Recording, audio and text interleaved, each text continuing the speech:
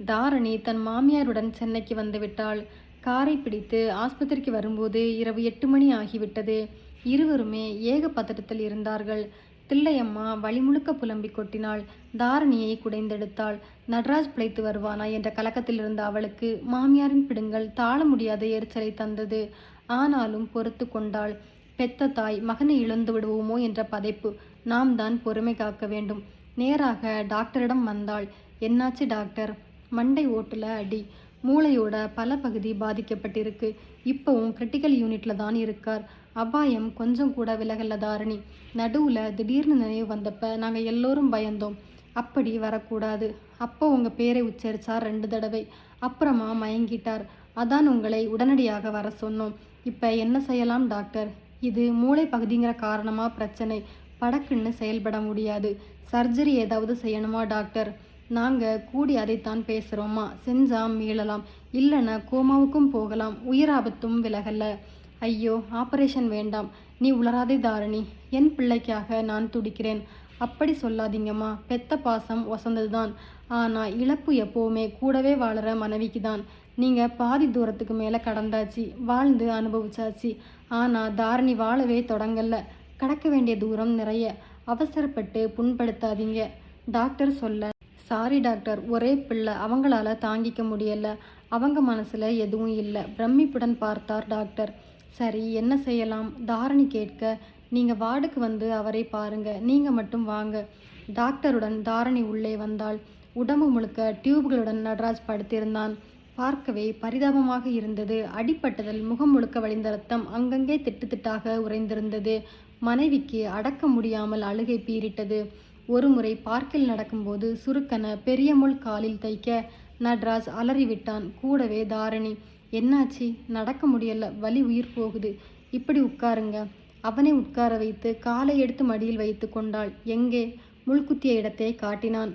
தொட்டு பார்த்தால் நெருடியது. செயினில் போட்டிருந்த பின்னை எடுத்தாள். என்ன செய்ய போற? எடுத்துடுறேன். ஐயோ வேணாம், டாக்டர்கிட்ட போயிடலாம். அது வரைக்கும் வலி தாங்காது, கொஞ்சம் பொறுத்துக்கப்பா. அவளதை எடுப்பதற்குள் அவன் போட்ட கூச்சலில் ஒரு கூட்டமே கூடிவிட்டது. என்னப்பா இது பச்சை பிள்ளையாட்டம்? ரத்தம் கொட்டுது தாரணி. எனக்கு மயக்கம் வருது. அவள் கைப்பையில் சின்ன முதலுதவி பாக்ஸ் எப்போதும் இருக்கும். அழகாக கட்டு போட்டாள். வயதான அம்மா நெருங்கி வந்தாள். ராசா, இது உன் சம்சாரம்மா. இன்னும் ஆகல, அடுத்த வாரம் கல்யாணம். நீ கொடுத்து வச்சிருக்க. இவ பொண்டாட்டி இல்லை, உனக்கு அம்மா. நல்லா இரு. அவனது கேசத்தை செல்லமாக கோதி விட்டு விட்டு போனாள். தாரணி, நீ பக்கத்தில் இருக்கும்போது எனக்கு வலியே தெரியல, பயமும் இல்லை, ரொம்ப பாதுகாப்பாக இருக்கு. அவளை அணைத்து கூந்தல் மல்லிகையை முகர்ந்து பார்த்து மெல்ல முத்தமிட்டான். ஷ், இது பொது இடம். ஆனால் நீ எனக்கு மட்டும்தானே சொந்தம். சட்டென கலைந்தாள் தாரணி. ஒரு சின்ன காயத்துக்கு துடிச்சு போவியே நடராஜ். இப்போ எத்தனை பெரிய விபத்து, எவ்வளவு ரத்த சேதம். வலியை கூட உணர முடியாமல் படுத்திருக்கியே. உனக்கு வந்ததெல்லாம் எனக்கு வந்திருக்க கூடாதா? நான் பக்கத்தில் இருந்தா பாதுகாப்புன்னு சொல்லுவியே. நீ இல்லைன்னா எனக்கு யார் பாதுகாப்பு? உள்ளே ஒரு ஓலம் புறப்பட்டது. டாக்டர், நான் அவரை தொடலாமா? தாராளமா தாரணி. அருகில் நெருங்கினாள். வெகு அருகில் அவனது முகம். குழிவிலும் அந்த கன்னத்தை கிள்ளினாள். அவனுக்கு ரொம்ப பிடிக்கும். மெல்ல விரலால் கன்னக்குழியை வருடினாள். கடவுள் உன்னை எழுப்பி என்கிட்ட சேர்க்கணும். உன்னை என்கிட்ட இருந்து பிரிக்கக்கூடாது. சில நொடிகள் விரல்கள் அவனது உடம்பு முழுக்க ஊர்வலம் வந்தன. போதும், வாங்க தாரணி. மனைவியோட காதல் ஸ்பரிசம் உன்னதமான மருந்துன்னு ஒரு மனோ தத்துவம் உண்டு. அந்த முயற்சி தான் இது. வெளியில் வந்தார்கள். எப்படிமா இருக்கான்? அதை சொல்ல எனக்கு தெரியல அத்தை. டாக்டரும் தெய்வமும் சொல்லட்டும். தாரணியின் அண்ணன் வந்து விட்டான். போன காரியம் என்னாச்சு? சுருக்கமாக அண்ணனிடம் சொன்னாள். மனைவி நீ இருக்கும்போது அடுத்தவளோட தாலியை வாங்கி பரிகாரம் பண்ண முடியுமா? பைத்தியக்காரத்தனம். விடுனே, விமர்சனம் எதுக்கு? சரி, நீ வா, என் கூட வந்துடு. எப்படின்னே? அத்தையை விட்டுட்டு எப்படி வர முடியும்? அவங்க துடிச்சுக்கிட்டு இருக்காங்க.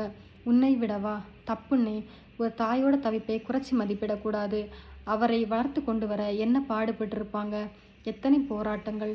நான் இப்போ வந்தவதானே. அந்த மாதிரி பேசாதே. அவரை மீட்டு நல்லபடியாக அவங்கக்கிட்ட ஒப்படைக்கிற வரைக்கும் நான் அவங்களை விட்டு வரமாட்டேன். நீ புறப்படு. எல்லாத்துக்கும் விட்டு கொடு. அதான் இப்படி தவிச்சுக்கிட்டு இருக்க. நீ வேணும்னா போ. தாரணி. இல்லை அத்தே, அப்படி அவசியம் இல்லை. இருவரும் வீட்டுக்கு வரும்போது இரவு 10 மணி. அத்தே, நீங்கள் சர்க்கரை நோயாளி. 2 நாளாக மாத்திரையும் போட்டுக்கல. சரியாக சாப்பிடவும் இல்லை. நான் டிஃபன் பண்ணுறேன். வேண்டாம் தாரணி. இல்லை அத்தே, எனக்குன்னு இருக்கிறது நீங்கள் மட்டும்தான். உங்களை இழக்க நான் தயாரா இல்லை. உள்ளே நுழைந்து மளமளவென சப்பாத்திக்கு மாவு பிசைந்து காய்கறிகளை வேக போட்டு துரிதமாக பணியில் இறங்கினாள். அரை மணி நேரத்தில் ஆவி பறக்க உணவை கொண்டு வந்தாள். அத்தை சாப்பிடுங்க, அவர் நிச்சயமா மீண்டு வருவார். உங்க தாய் பாசமும் நீங்க பட்ட பாடும் வீணாகாது. அடிபட்டதுல ரத்தமயம் ஆகிட்டானே, நான் கொடுத்த தாய்ப்பால் எல்லாம் இப்படி ரத்தமா வெளியில போயிடுச்சே. ஏண்டா நடராஜ் உனக்கு இப்படி ஆச்சு?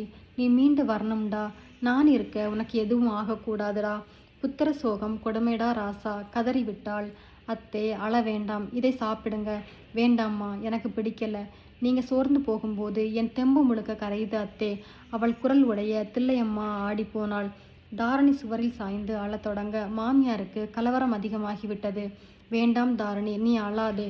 நான் தப்பா உன்கிட்ட பேசிட்டேன். போன நிமிஷம் வரைக்கும் உன்னை மருமகளா கூட ஏத்துக்கல. அவனுக்கு சுந்தரிதான் மனைவின்னு பிதட்டிக்கிட்டு இருந்தேன். நான் தாய், என் பிள்ளை நடராஜன் ஒரு சின்ன வட்டம் போட்டுக்கிட்டு எனக்கு மட்டும்தான் துக்கம்னு புலம்பினேன். உன்னை பற்றி யோசிக்கல.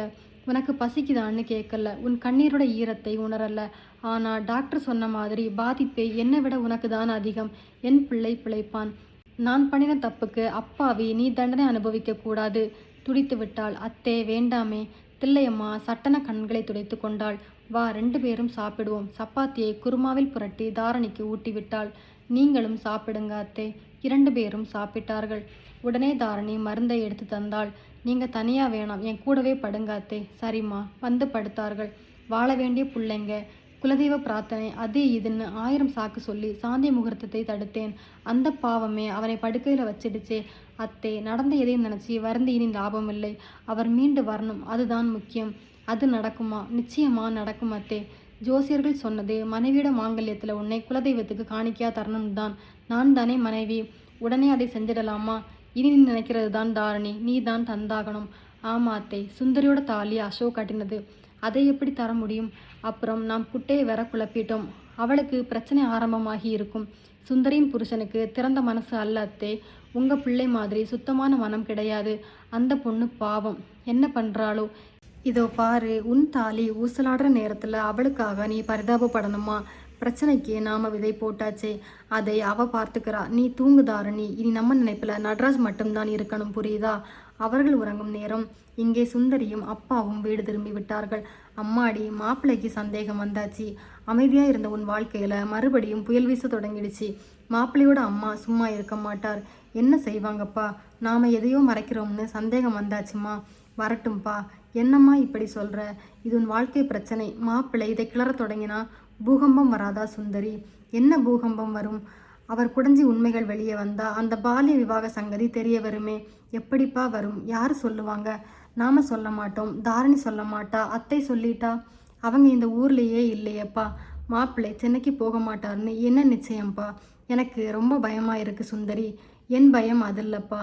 6 வயசு பெண் பிள்ளை கழுத்தில் தாலி கட்டி இருக்கலாம். அந்த வயசில் வேறு எதுவும் நடக்க முடியாது இல்லையா? அப்புறம் சந்தேகத்துக்கு என்னப்பா அர்த்தம்?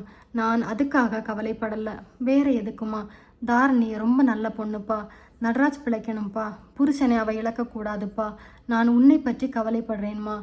அப்பா, எனக்கு ஒன்று தோணுது, சொல்லுமா. அந்த தாரணி பாவம், நடராஜ் பிழைக்கணும்னு போராடுறா. நல்ல பொண்ணுப்பா. ஒரு காலத்தில் பாலிய பருவத்தில் நானும் நடராஜும் ஒரே வீட்டில் வளர்ந்துருக்கோம். ஒரு தட்டில் சாப்பிட்ருக்கோம். அவன் சாகக்கூடாதுப்பா. அதுக்கு நம்மால் என்ன செய்ய முடியுமா? இது குழந்தை பிராயத்தில் எனக்கு அவன் கட்டின தாலி. அதனால் அவனோட உயிரை பிழைக்க வைக்கும்னா இப்படி செஞ்சா என்னப்பா? எப்படிம்மா? நகை கடைக்கு போய் இதே மாதிரி ஒரு தாலி வாங்கி அதை நான் போட்டுக்கிட்டா என்னப்பா? இதை தாரணிக்கிட்ட கொடுத்துடலாமே. விஸ்வநாதன் இதை கேட்டு அலறிவிட்டார். உனக்கு பைத்தியம்மா? இது மாப்பிள்ளை அசோக் கட்டின தாலியாச்சே. அப்பா, எனக்கு 6 வயசாக இருக்கும்போது நடராஜ் கட்டின தாலியை எடுத்து கூடுதல் பவுன் போட்டு அசோக் கையில் கொடுத்து கட்ட வச்சுருக்கீங்க. அப்படின்னா இது நடராஜ் தாலியா அசோக் தாலியா? என்னம்மா குழப்பற? அசோக் மாப்பிள்ளை தான் உனக்கு புருஷன், அதை நான் மறுக்கல. அப்பா, அவர் கட்டின தாலியை எப்படிம்மா நீ கலட்ட முடியும்? அது தப்பில்லையா? அப்பா, நடராஜ் கட்டின திருமாங்கல்யத்தை உண்டியில் போட்டால் அவன் பிழைப்பான்னு சொன்ன பிறகு ஒரு உயிர் முக்கியம் இல்லையா? புரிஞ்சுக்கக்கூடிய புருஷனாக இருந்தால் ஒரு உயிரை காப்பாற்ற எதையும் செய்வார். இவ சந்தேக பூச்சி, புரிஞ்சுக்க மாட்டார். அதனால் தான் எந்த ரிஸ்க்கும் எடுக்கக்கூடாதுன்னு சொல்கிறேன் சுந்தரி. மீறினா உன் வாழ்க்கை வீணாகும். தாரணியோட வாழ்க்கை ஊசலாடுதேப்பா. அதுக்கு நாம் என்னம்மா செய்ய முடியும்? முடியும்ப்பா, முடியணும். நானும் ஒரு பெண். இன்னொரு பெண்ணோட தாய் நிலைக்க ஏதாவது தீர்வை தர முடியும்னா அதை செஞ்சுதான் ஆகணும். இல்லைன்னா நான் பொண்ணா பிறந்ததுக்கு அர்த்தமே இல்லைப்பா. ஏம்மா இப்படி புரிஞ்சுக்காம பேசுகிற? அவர் உனக்கு கொடுத்த டார்ச்சர் கொஞ்சம் இல்லை. இப்போ இது நடந்தா உன் வாழ்க்கையே கேள்விக்குறியாகும். ஆகட்டும்பா. ஒரு மனைவியோட மனசை புரிஞ்சுக்காதவன் கட்டின தாலிக்கு எந்த மரியாதையும் இல்லை, வெறும் கயிறு தான். இன்னொரு நல்லவனோட உயிரை காப்பாற்ற உதவினா அந்த தாலிக்கே தனி மகத்துவம் வரும் இல்லையா? இல்லையம்மா, எனக்கு இதில் உடன்பாடு இல்லை. நீ இப்போ ஒத்தை உயிர்க்காரி இல்லை. உன் வயிற்றுல இன்னொரு உசிர் வளருது. சமூகத்தில் அதுக்கு ஒரு மரியாதை கிடைக்கணும்னா மாப்பிள்ளை வேணும். அவரோட வாரிசு இது. அப்பா, நடராஜ் பிழைக்கணும்ப்பா. பாவம் தாரணி. வேற வழி இல்லம்மா. அவ தான் நடராஜ் மனைவி. போராடட்டும். கடவுள் அவ பக்கம் இருப்பார். இதுக்கு மேலே இதை பற்றி நீ பேசாதே. அவர் உள்ளே போக சுந்தரி தன் அறைக்கு வந்தாள். கண்களில் கண்ணீருடன் தாரணி நின்ற காட்சி மனசை உலுக்கியது. நடராஜுக்கு நாளை ஏதாவது ஒன்று ஆகி தாரணி விதவியா நின்னா பழி பாவத்துக்கு நானும் காரணமாவேன். நிச்சயமா அந்த குற்ற உணர்ச்சியை என்னை கொன்னிடும். சுந்தரி தாரணியின் செல் நம்பரை வாங்கி வைத்திருந்தாள். டயல் செய்தாள். ஒலி போய்கொண்டே இருந்தது. எடுக்கவில்லை. அந்த நேரம் சைலண்டில் போட்டுவிட்டு தாரணி கோவிலில் பிரார்த்தனையில் இருந்தாள். உடன் தில்லையம்மாளும் இருந்தார். தொடர்ந்து சுந்தரி முயற்சி செய்து சோர்ந்து போனாள். வாசலில் பைக் வந்து நிற்க அசோக் இறங்கி வந்தான். வாங்க மாப்பிள்ளை. சுந்தரி என்ன பண்ணுறா? படுத்திருக்கா. அசோக் உள்ளே வந்தான். வாங்க. சாப்பிட்டியா? இல்லைங்க, இப்போதான் அப்பா சமைக்கிறார். அவருக்கு பழக்கம்தானே. உங்கள் தில்லாலங்கடி அம்மாவும் சீக்கிரமே போயிட்டாங்க. அப்பா தானே எல்லா வேலையும் செய்து உன்னை வளர்த்திருக்கார். ஆமாம். அந்த தில்லையம்மாள் குடும்பம் உங்களை விட்டு பிரியும் போது உனக்கு எத்தனை வயசு?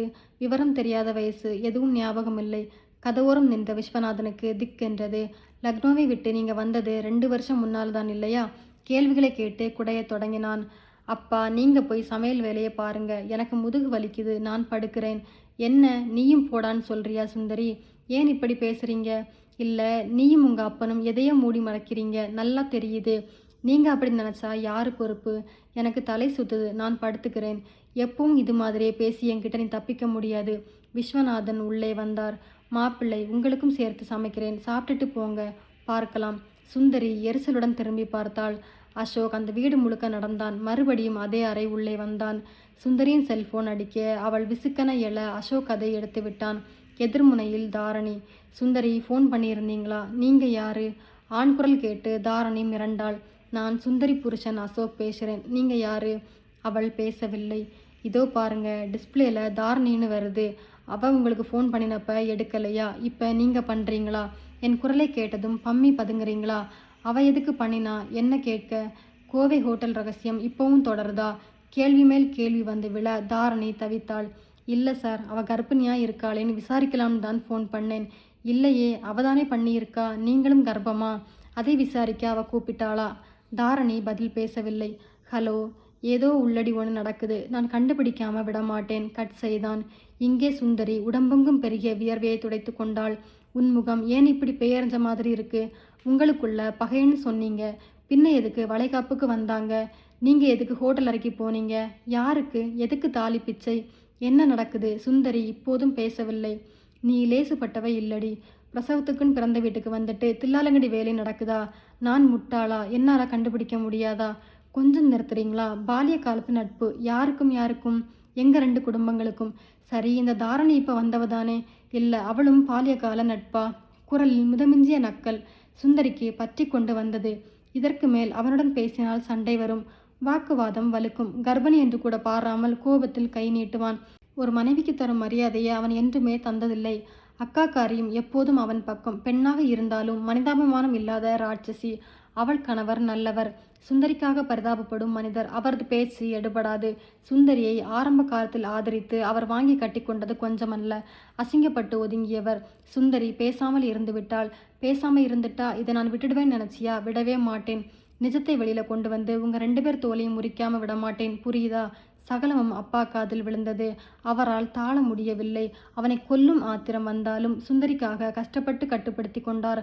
அவர் ஒரு மாதிரி மறத்து போய்விட்டார். தன் செல்லமகள் படும் வேதனைகளை ஒவ்வொரு நாளும் பார்த்து துடிப்பதை தவிர வேறு வழியில்லை. நடராஜ் நல்ல பையன். இப்போது உயிருக்கு போராடுகிறான். இந்த அசோக் மற்றவர்கள் உயிரை எடுக்கிறான்.